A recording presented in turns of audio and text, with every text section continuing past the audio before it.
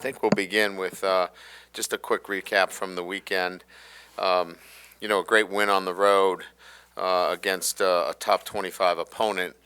There's the adage, a win is a win. That was much more than that. Coming off of a disappointing loss, our football team was challenged, and I thought they responded. We got down big and outscored our opponent after getting down 22-7, 42-17 on the road in a very difficult environment. Just a lot of positive things to take. Just the resiliency, the grit of our football team. We improved in some areas. There's room for a lot of improvement in others. The offense continues to do some great things. Jayden Daniels was named the SEC Player of the Week again for the third time in 4 weeks. The offense is playing at an incredible high level, third in the nation in total offense, first in the nation in first down. So Mike Denbrock and the offensive staff deserve a lot of credit. And the players, they're playing at such a high level, starting with Daniels. The offensive line, certainly controlling the line of scrimmage against a very good Missouri defense coming in. Missouri is one of the top rushing defenses in the country. We had 274 yards rushing in the game. So obviously that, goes to, first and foremost, we talked about, winning the line of scrimmage, and I thought we certainly did that. I thought in the fourth quarter, our physicality showed. We were able to get a pass rush with 4 down late in the game, which is obviously very important. And then, some superlatives, Emory Jones was named the SEC Offensive Lineman of the Week. I thought he played outstanding, showed great poise when there were some personal foul penalties out there. He again was outstanding, but again showed incredible poise. Really proud of the way he handled himself, during some of those interchanges. Logan Diggs is number 2 in the SEC in rushing, so we're getting great balance with Brian Thomas leading the country in receptions, touchdown receptions, and Neighbors number 2 in the nation in yards. So great balance offensively. Defensively, came up with a couple of key turnovers, a couple of interceptions, which I think certainly bolstered that group, and had some really big performances. Mason Smith played very well. I think if you start with where we want to go, I think that's probably his best game since I've coached him, and only look for him to get better and better each week. Now we flip the script and welcome in Auburn. Hugh Freeze is an outstanding football coach. This is well-coached football team. He's taken the personnel and he's fit, what they need to do with the personnel. And this is a team that's going to run the football, play physical, really well-coached on defense. The offense is going to run around, Peyton Thorne and Hunter, the running back. But certainly, have shown that they can beat anybody. It was a 20-20 game late against Georgia. Georgia was able to escape with a victory, scoring with about 2.5 minutes left in the game. So a very dangerous football team, one where we'll have to play really well, but we're excited about being home. As you know, 4 out of the first 6 games on the road, which is very difficult in itself, but this will be our 5th consecutive SEC game as well. So guys are up for the challenge. It'll be a great one. It's great to be back home in Tiger Stadium, and we're looking forward to hosting Auburn this weekend. So with that, we'll open it up to questions. Brian, up here. Kind of continuing that theme, can you speak to the challenges that you've faced so far, maybe that have been out of your control, whether that be scheduling, the style of offenses you've played, and where you've played these games, and how it looks a little different on the back half of the schedule? Well, I think you start with, 3 of the 4 games on the road against top 25 opponents, so outstanding teams on the road, Florida State, Mississippi, Missouri, all quality opponents. And certainly, we wish we could have, fared better in a couple of those games. But, we're certainly, playing at a high level offensively, and we need to continue to improve defensively. And that's, obviously we've given up too many points on the road. But I think our guys have done a great job in their preparation on the road. Clearly, outside the Florida State game, we had a great chance to win the Mississippi game. So I'm really proud of the way they've handled themselves on the road, but it's been a difficult schedule. And so we're seasoned. We're right in the hunt, and, the season's in front of us. So with 5 out of the 6, remaining at home, we feel like we're in a good position. Let's go take care of business. Coach, just wondering if there's an update on Jayden's shoulder and just kind of what the week looks like for him in terms of preparing for this game with maybe a little bit of an injury. Yeah, he didn't have any shoulder issues. Yeah, that's okay. I think our biggest concern was, just overall soreness. He got hit a number of times. It was a physical game. But, he checked out well yesterday. He was in the film room this morning, got his normal film study in around 5:30 this morning, and was with the trainers this morning, and he'll be full go for practice on Tuesday. Coach, do you think over the last 3 quarters you may have found something defensively? If you did, what is that, and can you sustain it? Well, obviously that's the challenge. We feel there's some light there at the end of the tunnel for our defense. We feel like the progress that was made up front is going to be sustainable. We're going to have to make some more progress on the back end of our defense. We've got to go compete for some balls that we think that were out there for us to get. I think we are going to get better because of the experience that what Weeks is getting at the linebacker position. He's just getting more reps and more time out there. And I think we found a position that we're comfortable with now with Harold Perkins in terms of, it doesn't have to change from week to week with a new teaching progression. So I think there's a lot of pieces there that are coming together, and then I think there needs to be continued improvement at the back end of our defense. And I think if we do that, we feel like we're moving finally in the right direction. Hey, Coach. You read off some of Jayden's stats there nationally, obviously among the best. But from your perspective as a head coach, can you shed some light on just how good he has played this year, what he's meant to this team, and obviously not just with his arms and legs, but in really clutch moments when y'all needed it? Well, I think that's probably it. Some of the things that you don't see is ripping some throws, under duress. And I think that those are the big things that stand out to me is, he hit a seam ball late in the game. Even the touchdown to Neighbors that he threw that was wide open. We had a freshman center in there, and they overloaded that A gap, and there was pressure, and he had to move and slide, if you remember, and he was under duress, and he threw that on the move. That was just the nuances that a lot of people may not see. But I see those things, and as quarterback coach and the offensive coordinator see the little things that he's doing under duress or under pressure or getting hit after he throws, a very accurate ball that are starting to separate him from good to great. Ryan, sort of building off of that, it was the Auburn game last year when Jayden threw for 80 yards. What would you think has been maybe the thing that has allowed him to transform into this kind of quarterback over the last year? Is it sort of honing those little things?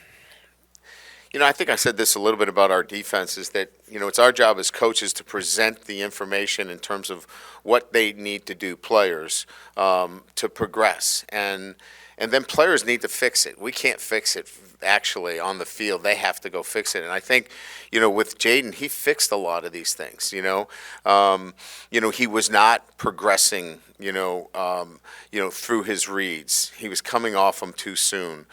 He wasn't staying in the pocket. He wasn't being patient. He was doing some of the things that get you 80 yards throwing it. And so he's fixed a lot of those things and has put him in a position now where, he's one of the top, if not the top quarterback production-wise in the country. So I think we gave him a good plan. I think Joe Sloan's done a great job. Mike's done a great job of putting him in a really good position. And then I think he's gone out and he's made the adjustments and made the improvements. Coach, over here. You mentioned the success of Jayden, success of Logan. I'm wondering what role has the offensive line played in both of their, success this season? Immensely. I mean, I think we all know, you watch a game, if you don't have time to throw it, and if you don't have a running game that can give you balance, you really don't have much. And I think I've said this, you guys have heard this enough from me, is that we want to be equally as efficient running the football as we are throwing the football.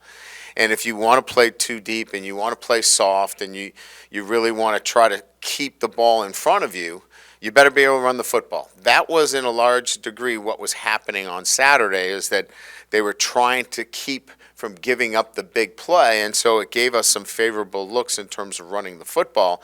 And in particular, it gave us the opportunity to run Daniels as well. So again, I think they're a huge part of what we're doing, both in the run game and giving Jayden the opportunity to get the ball downfield. Hey, Brian, this is kind of a layered question about center. Maybe an update on Charles Turner, the decision to go to Chester when you did, how you felt he played after watching the film, and then what does that look like this week? Yeah, I think, Charles right now is listed as probable. And, we had an MRI. We thought maybe he had a meniscus, but it turned out to be positive that he does not. So, we'll be careful with him. And we're, like I said, I think it's probable that he'll get a chance to play. Martinez has been really good for us. It just seemed like he was a little off snapping the ball. As you know, we had a bad snap down in the red zone, and it caused some mistiming opportunities for what we were trying to run. And Brad Davis, our offensive line coach, really is high on DJ and felt very comfortable in that situation to put him in the game. And when he did go in the game, he was good. I mean, he did a really nice job. So we feel like we've got another two freshmen that is going to be a really good football player for us. And that doesn't mean we're not happy with Martinez. We just felt like in that situation, we could make that move because of the confidence that we had in DJ. Hey, Coach, how familiar are you personally with Hugh Freeze, and what makes his offenses so effective? I know Hugh, obviously, in the past year I've gotten to know him, through the SEC meetings. Hugh's a good football coach. I mean, he fits the style of his offense to his personnel. I think if he had Neighbors and he had Thomas, they'd be throwing the ball a lot. Peyton Thorne threw it a lot last year at Michigan State. Didn't run it much, but he's an outstanding athlete. So, they've chosen to run it a little bit more this year. I just think he's a smart football coach that's going to utilize. It's really like for me, it's still about players over plays, and he's going to take the players that he has and he's going to set his offensive structure based upon his best players. Hey, Coach, during camp, one big storyline was 8 scholarship running backs, and now you've got one that's really emerged. Is that what you wanted? Do you want one guy to kind of get the bulk of the carries, and what's the key to keeping the other guys engaged and ready to go? Yeah, I mean, I don't know that we had an exact formula in terms of how that was going to look. Logan has just been really physical, really reliable in all areas, catching the football, picking up protections, and getting us the tough yardage when we need it. As you know, we've kept ourselves in some really good third down situations, extremely manageable third down situations. I think we lead the country in third down conversions, 56%. A lot of that is tough yardage running, and Logan's just been really good at that. So, to answer your question, I don't know that we had an exact formula in terms of how it was going to look. And no, you can't keep all of them happy, but they have roles. They want to be part of our football team, and we'll just have to see where it goes as the season progresses. Coach, Ryan Yates got more extended snaps this weekend. Just what did you see from him and how he continues to develop? Next man in, it's the next man up. We don't have a lot of options, but that doesn't take anything away from him. He's done a nice job for us, and we have some confidence in him. we think that his next step is playing with a little bit more aggressiveness and confidence. He's a really good player. We want to have him let it go and, play maybe a little bit on the edge a little bit more. I mean, he doesn't want to make a mistake, and I told him, listen, it's okay, just go play. But he's a young player, and he wants to be, perfect. And it's nice to have a true freshman in there that is so conscious about all the little things. But I think he's just got to go play and let it happen. But he's the next man up in the nickel situation for us. Hey, Coach, over here. So some of the calls near the goal line during the game, as far as from the official standpoint, I believe there was a false start before the touchdown. And You want to get me in trouble? Is that it? I mean, just what were you? Yeah, basically, what were your thoughts on some of those calls?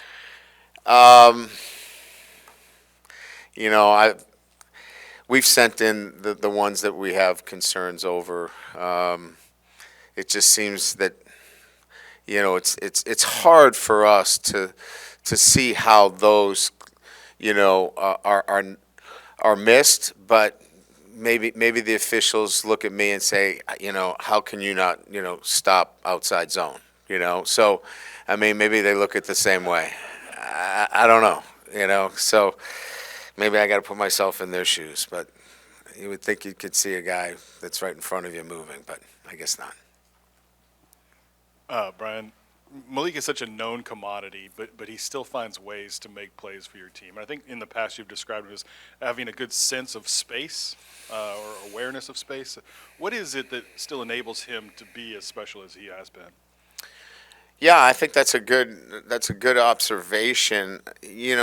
One of the unique qualities of both of our receivers, and I would put Kyron in that as well, is their ability to make the first man miss. There are so many receivers that I've coached that they catch the ball and they're tackled. Malik, as well as BT and Kyron, they make you miss. And I think great vision, the ability to know when to get down, the ability to turn it upfield. The great players just have that sense and awareness of people around them. I'd like to say it's coaching. It has nothing to do with coaching. It's just his innate ability to sense and feel and make the kind of plays necessary to make them explosive. Right here, Coach. One of your freshman safeties, Kylan Jackson, what kind of progress have you seen from him? We just haven't talked or seen him much so far this year. He's tying his shoes. He's got that down. We've got him taking off his gold chain in pregame. That was good. He thought that would be a good idea to wear that out in pregame, and we didn't think that would be a great idea. So you can imagine by those two comments, he's coming along, but it's a process. He's a great kid. We really enjoy him, but this is a process. He's only been on a couple of trips. So I would say that he's a guy that we want to keep moving forward, but he's young, and he is just figuring it out as we go. But I'd like for him to continue to move forward with an attention to the little things that are important, because he's got a lot of ability. His upside. Now that he's healthy, as you know, he's been fighting a couple of surgeries, but he's got to keep growing. If he keeps growing and keeps moving in the right direction, you probably see him on the field by the end of the year. Brian, just injury report for this Yeah, week? so I would say that doubtful is Chris. That high ankle is probably got him doubtful right now. And I think probable is Omar. Probable is Charles Turner. Probable is Aaron Anderson. Those would be, I believe, the guys that were on the injury list that didn't dress last week. Is that correct? Is that it, Mike? I think that was everybody. And then you're talking about Harold Perkins' position in particular. Is that something that was just the change after the Florida State game to get him outside, or is there more things that y'all have been doing in terms of settling that over the last couple We weeks? were in 3 down, so in our 3 down structure, we were moving them around because we didn't want them inside. So, we had some, different fronts that we were, playing. Now that we're in 4 down, we can really, designate his position as the Sam/nickel and play a little bit of a hybrid with him. His interception, he was really playing, a nickel position. We feel like he's athletic enough that he can be on the field, even if we want to play some nickel. When we get into dime, that's when we bring in Ryan Yates and play a little bit more of a dime package. So he just gives us a lot more flexibility. We can do a lot more things with him. I just wish we got to it sooner, but we got to the right front. Now that we're in 4 down, it gives him a lot more stability in terms of what we want to teach and how we want the defense to move forward. Hey, Coach, right here. I know you said some of those flags you turned in because you guys didn't agree with it, but is there anything that you guys are doing in practice to kind of lower the amount of penalties per game, particularly like within the red zone? I'm trying to think in particular what you're referring to. I mean, we've had a couple of, false starts here and there. We've been on the road. Sometimes it's a matter of, illegal snaps. But, yeah, we play music. We play loud music. We try to, get the environment such to match that. But I think by and large, this was the most penalized we've been all season. We had some interesting calls. We turned in a call that was a holding call down in the red zone that we didn't believe came close to that. Will Campbell was going to the echo of the whistle. He wasn't aware that you could drive somebody into the third row. You had to back off. He's an old lineman. We'll put that on me. He now knows that you can't do that. Yeah, there are some penalties that hurt more than others and that you would want to have a conversation with somebody. But I think our team has been well disciplined overall. You guys have tried a lot of different combinations at cornerback. Just what did you like about Sage Ryan in that spot last weekend? And then what was the situation with Denver Harris? Was it an injury or just coach's decision? Yeah, no, I mean, I think Denver's continued to grow, continue to learn what we do, how we do it, on a day-to-day basis. Just he's maturing. Sage is a reliable guy. He's a veteran guy. He's been here, knows our calls, knows our defense. He's really playing the third corner, if you will, when you're a nickel. So, with Harold being on the field virtually all the time, then you're taking your third corner and you're saying, all right, if he's not going to be on the field, what's our best matchup situation? And he really is the next best player. So we want to get our 11 best on the field, and that's really what it came down to. Brian, you were 4-2 at this point last season. Any similarities you see now? And then you went in the second half and obviously had a great second half and played very well. Any similarities you see now to the development of the team? Things that had to be worked out, in the first half of the season that may bear fruit, going forward.